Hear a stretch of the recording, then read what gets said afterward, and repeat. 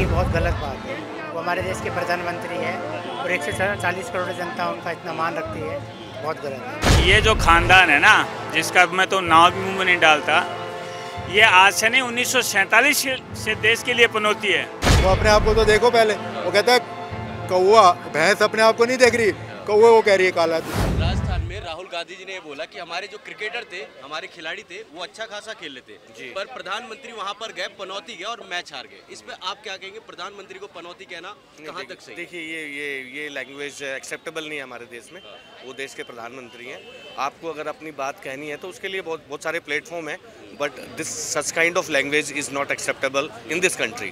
Ultimately he is representing 140 crore people, so he is elected by the people of this country, so we should not use such language for the Prime Minister of India. बिल्कुल Okay? सही बात। We must follow the decorum, and we must maintain the dignity of our country.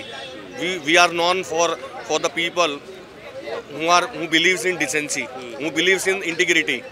So there might be political differences, that is separate issue, but this should not be done. बिल्कुल This is not acceptable. 10 match जीता India, क्या कम खुशबू है क्या India को? 10 match जीता, एक match हार भी गया तो इसमें कोई यतु नहीं था। लेकिन ये लोग पनौती बोलते हैं, ये राहुल गांधी पनौती अपने खुद है, खुद इसके पार्टी से अपने ही परेशान है ये लोग। जितना भी नेता कांग्रेस का है, ये परिवारवाद, जातिवाद, भ्रष्टाचार बात क्या नहीं कर रहा है? अभी क्या नहीं कर रहा है? अभी जाति जनगणना भारत में करना चाहता है, जो जैसे अंग्रेज लोग ने किया, फूट डालो राज करो। ये जाति जाति में भारत को बांटना चाहता है, यही राहुल गांधी है सब।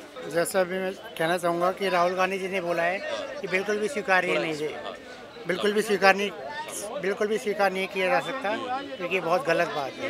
वो हमारे देश के प्रधानमंत्री हैं और 140 करोड़ जनता उनका इतना मान रखती है, बहुत गलत है। मैं पनौती नहीं बोलता, मैं ये कहना चाहता हूँ मोदी जी हमारे, उनको थोड़ा शोक मनाना चाहिए था। हमारी इंडिया हारी है, उन्हें शोक मनाना चाहिए था। तो हंस रहे थे, नहीं करना चाहिए था।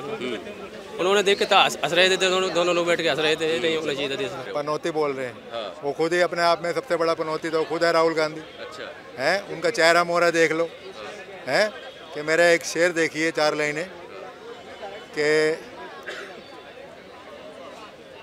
कम से कम ये जिम्मा तो अब उठा ले तू। राहुल गांधी उसके लिए बोल रहा हूँ मैं, कम से कम ये जिम्मा तो अब उठा ले तू, मुझे छोड़ समझाना, खुद को समझा ले तू। चेहरे चलन पे तेरे है नक्श निशान बड़े हल्के, अगर चाहता कुछ वजन तो गुरु मुझे बना ले तू। भाई इतना ही कहूँगा मैं, 4 लाइनें मेरी काफ़ी भारी पड़ जाती है। मैं बड़ा ईमानी, तूफानी, स्वाभिमानी शायर हूँ भारत का। मेरे शायर भी मतलब 2-4 ही होते हैं गिनती के, बाकी तो बिकाऊ बहुत मिल जाएंगे, लाखों रुपए के अंदर भाग जाएंगे। हम टिके रहते हैं, हम टिकाऊ शायर हैं, बिकाऊ नहीं हम, समझे नहीं? वो जो टिकाऊ होगा वो देशभक्त भी होगा और देश का हित चाहेगा, राष्ट्र का हित चाहेगा। मैं राष्ट्र की बात सोचता हूँ, राष्ट्र सर्वोपरि। कहता है तिरंगा मेरी आन है, तिरंगा मेरी शान है, राष्ट्र हित सर्वोपरि, रखता बसीन ध्यान है, रखता बसीन ध्यान है। नहीं बोला ना राहुल ने, तो गलत बोला है ना। वो अपने आप को तो देखो पहले, वो कहता है कौवा, भैंस अपने आप को नहीं देख रही, कौवे को कह रही है काला तू।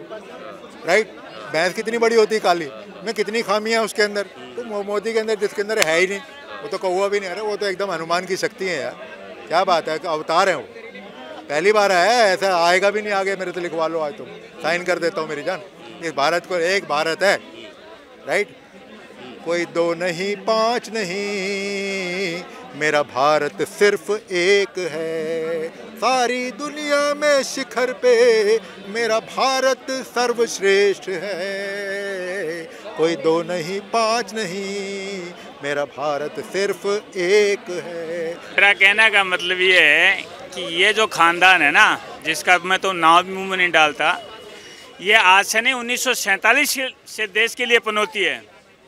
मैं आपको बताऊं, जो ये बोल रहे हैं ना मोदी जी को पनौती, ये और इनका खुद का खानदान इतनी बड़ी पनौती है कि इस देश को गर्त में ले जाने का इन्होंने काम किया है 1947 से लेके आज तक। और मोदी जी कहाँ पनौती हैं ये बताओ? मोदी जी कोई पनौती नहीं है। क्रिकेट एक ऐसा खेल है, राजनीति की तरह नहीं है क्रिकेट।